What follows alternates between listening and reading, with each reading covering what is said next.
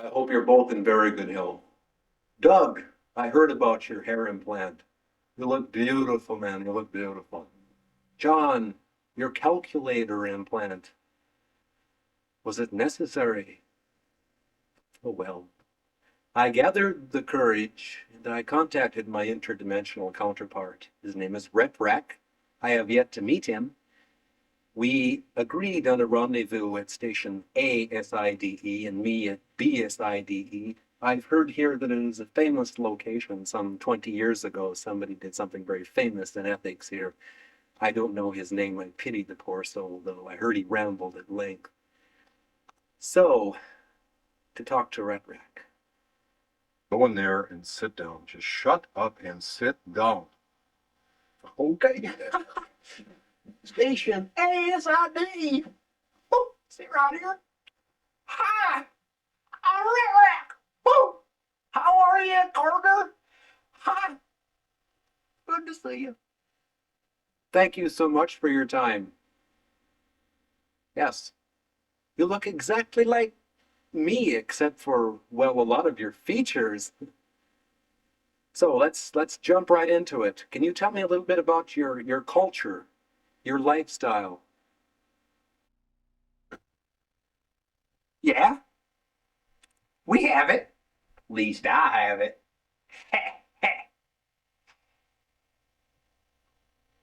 Well, the government and big business run everything, even the damn museums. We have 3 TV networks. Too many damn commercials, not enough sitcoms, you ask me. Government runs them too, You ask about diversity? Well, we have it, I think. Anyway, there's lots of them ethnic groups. I'm not prejudiced, but there's too damn many of them ethnic groups, I'll tell you. We don't like too much of that foreign art. They don't trade fair. We don't like their art. See my point? Music? Well, plenty. I don't like that synthesized junk. Phil Collins. He is responsible for it. Never left the country. I don't like that rebellious stuff either. Rebel, rebel, rebel. They hate everything. I hate it. I like country music. If I said you had a beautiful body, would you hold it against me? Travel? We don't do much. Energy crisis, pollution.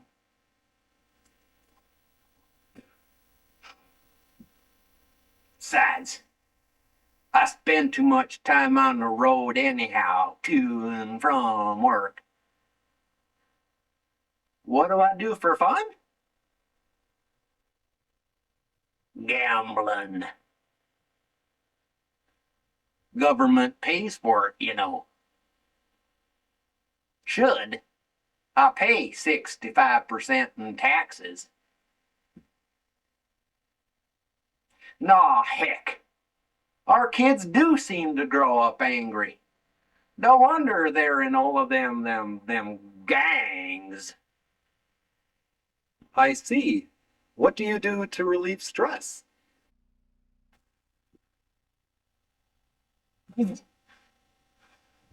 Ah, I see. Well, we don't go to museums and galleries much. It's more interesting to stay at home and take part in 3D interactive virtual reality. It's not a term from the 60s. It's a high-tech term. We can see things from foreign countries and consider them from any aspect.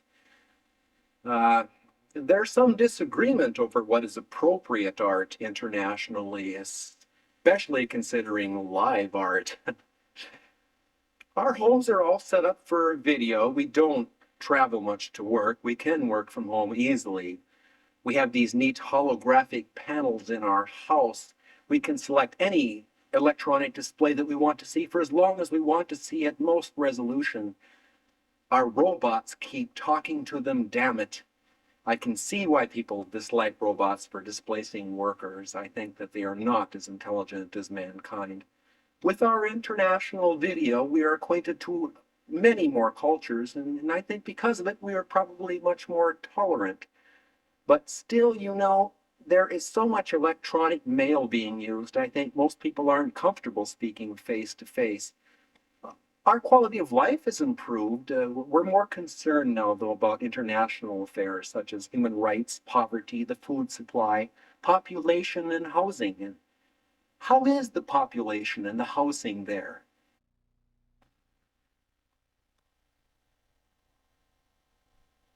Oh, well, population and housing.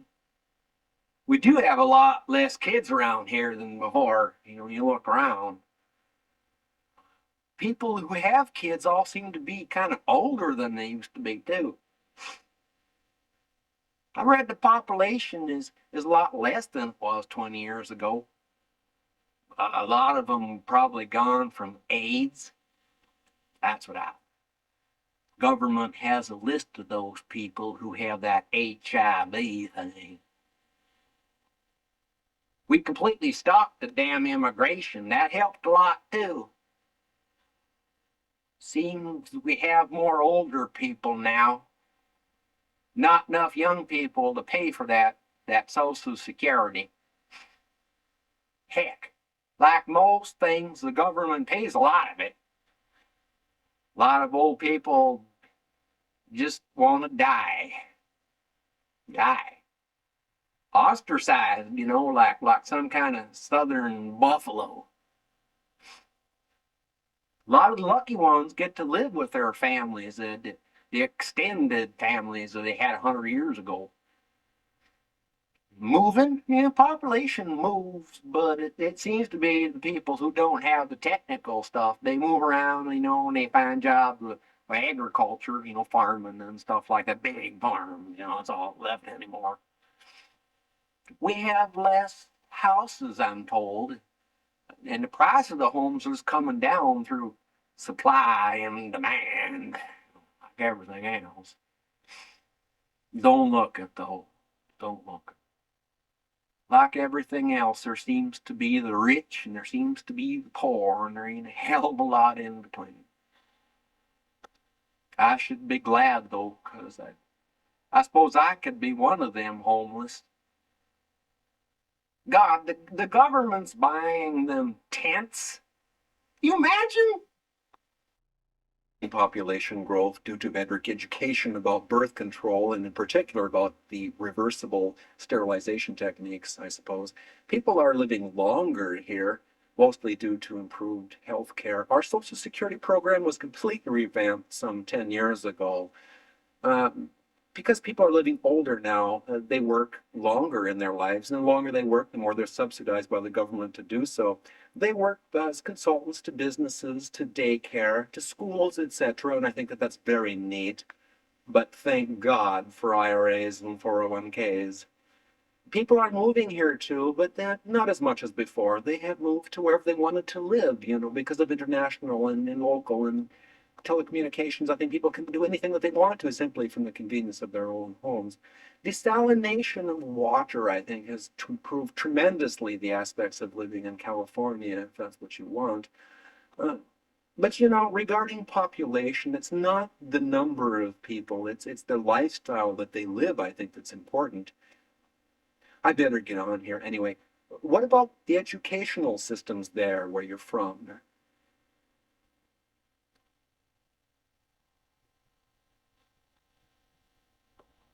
You ask about our schools. Our schools are okay, I guess. A little too expensive, if you ask me. They spend so much money in all that high-tech crap, and they want us to pay for it. You know, seems like all the technical people get all the jobs. Then they complain that they have to pay school loans all of their lives. Oh, poor them, I say. Tough. I heard the other day we have a brain drain. Losing all our smart people to them foreigners. Heck, they're all foreigners going to our schools, I think. Good riddance. You ask me. Love it or leave it, I say. Love it or leave it. I buy American. Our education system ain't so bad. I consider myself educated. I see. Well, we have our interactive video in our schools.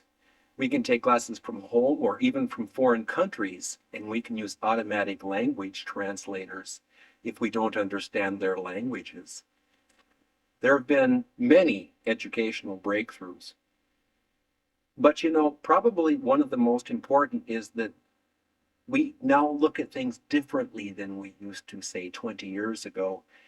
It's no longer as important to consider how things are broken down to their smallest part, as much as we now look at the relationships between the parts, if you know what I mean. In fact, we have discovered that when you break things down to their smallest part, even as you look at them, they change. We call that chaos theory. You can understand for those of you that are parents. It's probably one of the strongest reasons that we have more effective managers now, in fact. Let's see. What about crime? What about security there? Crime? Security? You mean, am I insecure? Just kidding ya. Since we have more capital punishment, we don't put American dollars into losers anymore. Heck, there's still too much crime. I admit it. It's on the rise. We all know that. Druggies, weaklings. I've read that this was due to wide economic disparity, poor societal conditions, and to physiology. Addicted people are weaklings. Don't pay to be a criminal now. They catch you with all that DNA stuff. You know the government tried to take away our God-given rights to have guns. They did. Imagine. We tried to find out more information about it, but like everything else, it was classified. Don't matter. Someday, someone's gonna get the bomb. Then we'll all just be free floating DNA. That's what I always say. It's what I always say. Yes, well, it's again different in our dimension. We've minimized addiction, mostly through brain remapping and through esteem building techniques. The number of assault and burglary crimes have decreased considerably since then. We've also regulated gun control stringently. Electronic crime has increased, but overall crime has decreased. We credit that to the overall more stable economy, companies are more profitable, we feel there's less fear in our society. And it is also due to international collaboration, I must admit. One of our more public concerns, though, is the protection of the vast amount of private information that is online. Online, by that I mean managed by computers. On an international level, the UN's responsible for the detection and policing of nuclear-based weapon development. And because of our strong high-resolution satellite viewing systems, we can immediately detect, of course, any nuclear weapons development, and we can immediately report that to the UN where it's dealt with. I think that bodily crime, though, is on the decrease, and I feel better for that. They say never talk about religion, but I'm tremendously curious about religion and ethics in your society. I consider myself a very religious man. I love my fellow man. Except them Eastern Zen types. Say they live such a simple life. Ever notice who has all technology? I noticed that. Oh, I cheat on my taxes, sure. No more. But government wastes too damn much money in all that big business and that research stuff. We never see anything from that. I'll tell you what's wrong with this society. Technology. TEKNOWLOGAA.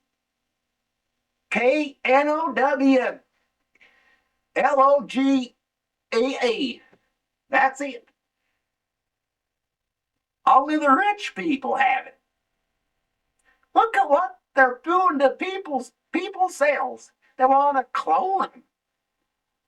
Turning people into damn robots. How many living, breathing people lost jobs to R2D2? I ask you. But it ain't so bad here. It ain't so bad. Yes. Well, those Eastern-based religions, we do have more of them lately. People with more time to learn about themselves, trying to slow things down, looking at things, well, holistically. And about technology, we have seen technology appropriately and inappropriately applied. The difference seems to be whether it is for the common good or not. Not always, but mostly. Sure, we have continuing ethical dilemmas. Abortion and cloning, and it probably will continue to be an ethical dilemma. That is, until it's found to help somebody with chronic pain, to grow new limbs for a child, then it won't be a dilemma anymore. Technology is a tool. It's a means, not an end. Well, I'm grateful for your time.